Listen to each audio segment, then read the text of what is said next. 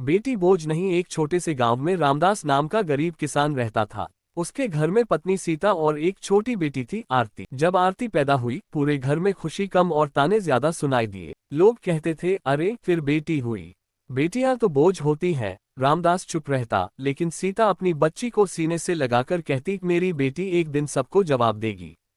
आरती बचपन से बहुत समझदार थी। घर की हालत खराब थी, इसलिए वह सुबह माँ के साथ काम करती, फिर स्कूल जाती। उसके पास अच्छे कपड़े नहीं थे, किताबें पुरानी थीं, लेकिन आंखों में सपना बहुत बड़ा था। स्कूल में कई बच्चे उसका मजाक उड़ाते थे। किसी ने कहा, इतनी पढ़ाई करके क्या करेगी, शादी ही तो करनी है। आरती चुपचाप सब सुनती और रात में लालटेन की रोशनी में पढ़ती रहती। एक दिन उसके पिता बीमार पड़ गए। घर चलाना मुश्किल हो गया। गांव वालों ने फिर कहा, अगर बेटा होता तो सहारा मिलता। उस दिन पहली बार आरती ने अपने पिता का हाथ पकड़कर कहा, बाबूजी, मैं आपका बेटा भी हूं और बेटी भी। अगले दिन से उसने बच्चों को ट्यूशन पढ़ाना शुरू किया।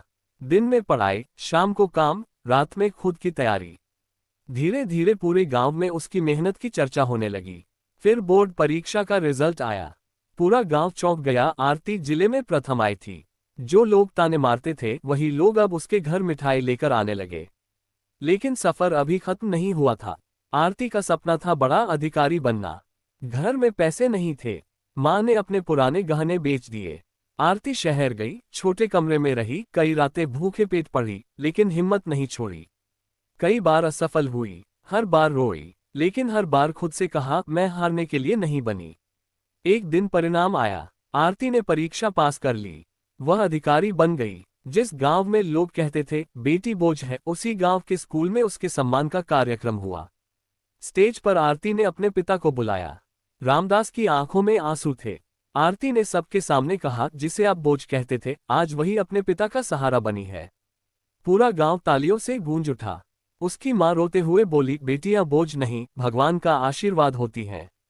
उस दिन गांव के कई लोगों की सोच बदल गई और आरती की कहानी हर घर में सुनाई जाने लगी। सीख, चमकता सितारा, बेटी कभी बोझ नहीं होती, मौका मिले तो वही परिवार का सबसे बड़ा